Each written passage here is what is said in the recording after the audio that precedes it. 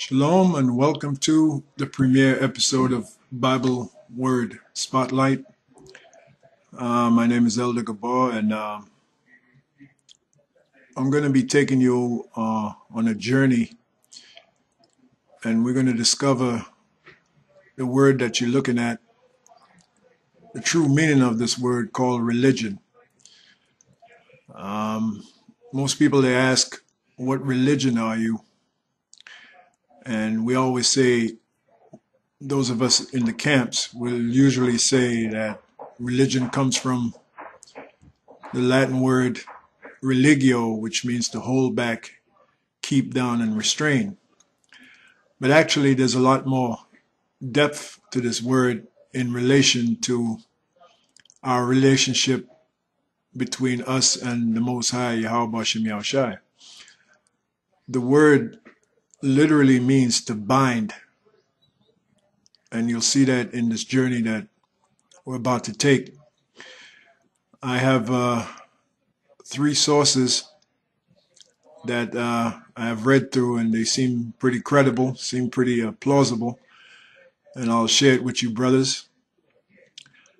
And we're going to discuss also the certain, for lack of a better word, certain devices that we had that were really a personification, if you will, of this word religion, such as the phylactery, which literally binds you to Yahweh Bashem Yahushai. All right? And that's what the word simply means. It means to bind, as we'll see. So, without further ado, let's get into the lesson. This is Bible Word Spotlight. We spotlight the word religion.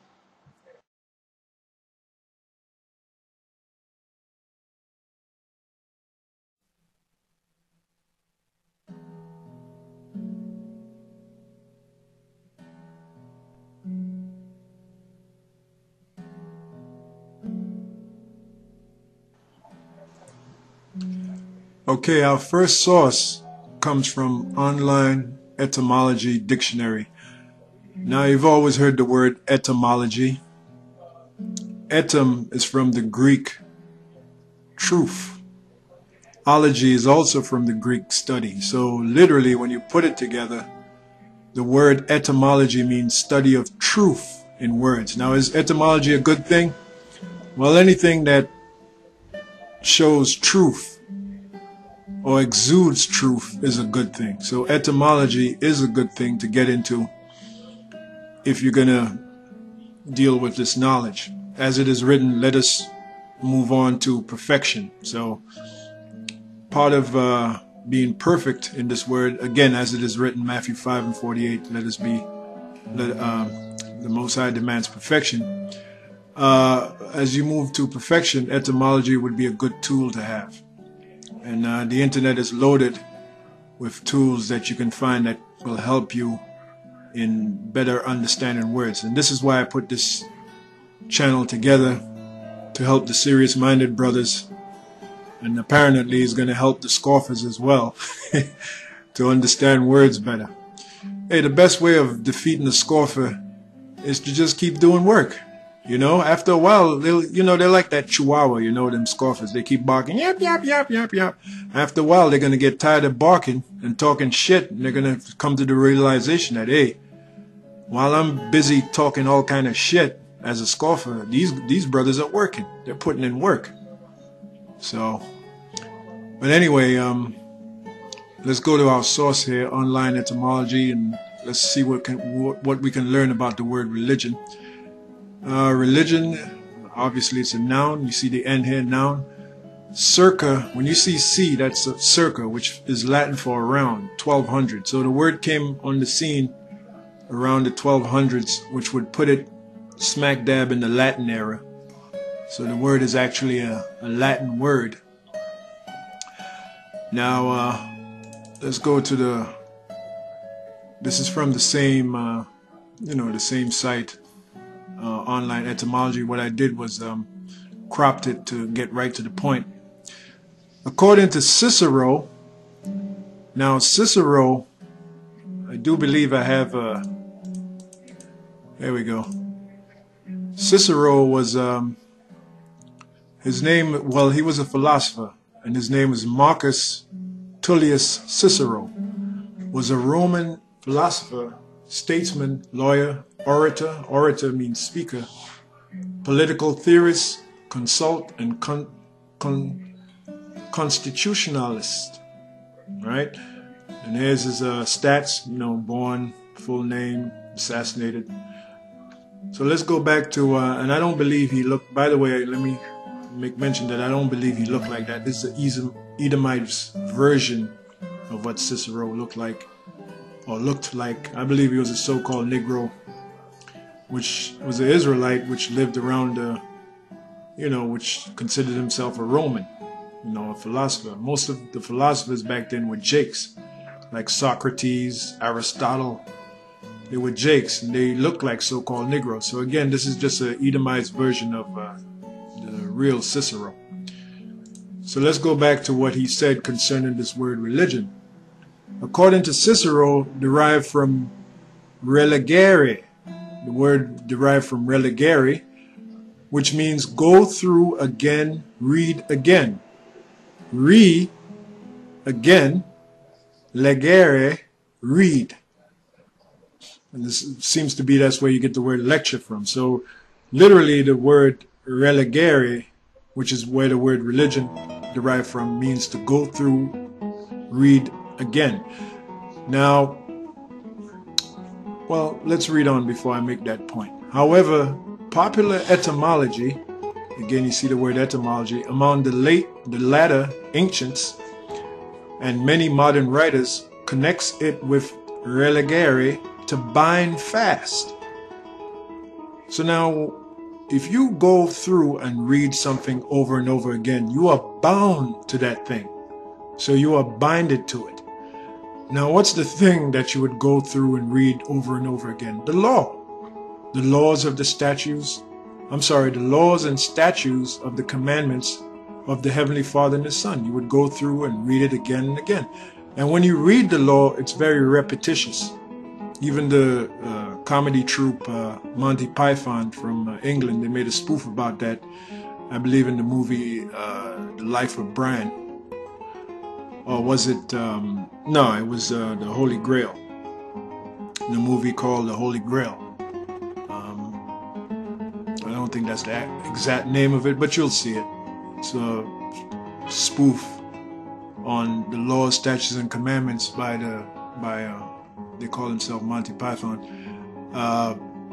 It was a spoof making fun of the repetitious nature of the law, how it was worded, you know. So the point I'm making is, if you go through and read something over and over again, you are bound to it. So either definitions would fit, go through to read again and again, or to bind. All right, let's go back and read that. It says, however, popular etymology among the latter ancients and many modern writers connects it with religare, to bind fast, via notion of place and obligation. What's another word for binding? Obligation. When you're bound to something, you're obligated to it. So you have an obligation. Or bond between humans and gods. The gods it's talking about is, in this case, Yahweh Ba'Shem Yahushai, which we're supposed to serve, and we being the humans. So we're bound through this thing called religion. So really pure religion is the laws, statutes, and commandments of the Heavenly Father, which binds us, which obligates us to the Heavenly Father and His Son. If you remember the word Levi from the Hebrew lawyer, now the definition for lawyer or Levi means joined to me. Now what was the Levites famous for? They were famous for having the laws, the statutes, the commandments. They were the lawgiver to the nation of Israel, to the rest of the tribes. So let's go back and read it again. Connects with religare, to bind fast, via notion of place and obligation, on or bond between humans and gods. Another possible origin is religens, careful. And if you're bonded to something and you're obligated to it, of course you're going to be careful. So all these definitions fit.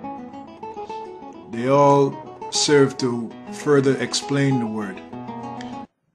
So that was the source from Etymology Online, which is a good source, by the way, for you brothers that desire to learn the true meaning of words.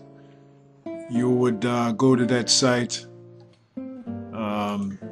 Etymology Online, as you see here, or the online etymology dictionary. So now let's go to the next source that I have here from Wikipedia, entitled Religion. And let's see what we can get from that source. Here we go. So again, what I've done is cropped the more interesting part of what's said over here in the interest of time. Etymology, religion. From French, religion, religious community. From Latin, religio, religionem, nam religio, or religio. Respect for what is sacred, reverence for the gods. Again, if you have respect for what is sacred, then you're going to read it over and over again, and you're going to be careful. All the definitions that we read in the first source from online etymology. Obligation is the same thing that we saw in the other source. The bond between man and the gods is derived from the Latin religio, or religio, the ultimate origins of which are obscure. Well, not really. It's not really obscure. What it is it simply means to bind, anything that binds. Now in this case, if we're talking about pure religion as written in the book of James, which we'll focus on later, we're talking about the laws, statutes, and commandments that binds us to the Heavenly Father. One possibility is derivation from reduplicated legere, and interpretation traced to Cicero, connecting lego, read, i.e., when you see i.e., that means example given in the Latin. Again, and lego in the sense of choose, go over again, or consider carefully. And like I said, when you dealing with the laws in the book of Deuteronomy, in the book of Leviticus, in the book of Numbers, it's very repetitious. Why? Because Israel is a hard-headed nation. Now, the way you get to a hard-headed individual is you got to keep repeating yourself over and over and over again till he gets it. And you notice I said he, because really this knowledge, and that's a word I'll be featuring, the children. When you go in the Hebrew Bible, the word there is not children but sons. So really this knowledge is for the men. As it is written, the Lord said, my voice is to the sons of men. So this knowledge is really for men. Anyway, and the man teaches his woman, and that's the order. Go over again or consider carefully. Many modern scholars such as Tom Hopper and Joseph Campbell favor the derivation from legere, bind, connect. Probably a prefix relegere, i.e. re-again, legere to reconnect, which was made prominent by St. Augustine following the interpretation of Lactantius. The medieval usage alternates with order in designating bonded communities, there's that word bonded again, like those of the monastic orders. And that's where you had your monks. Now, what was a monk? A monk was a disciple who totally dedicated himself to the law, the statutes, the commandments.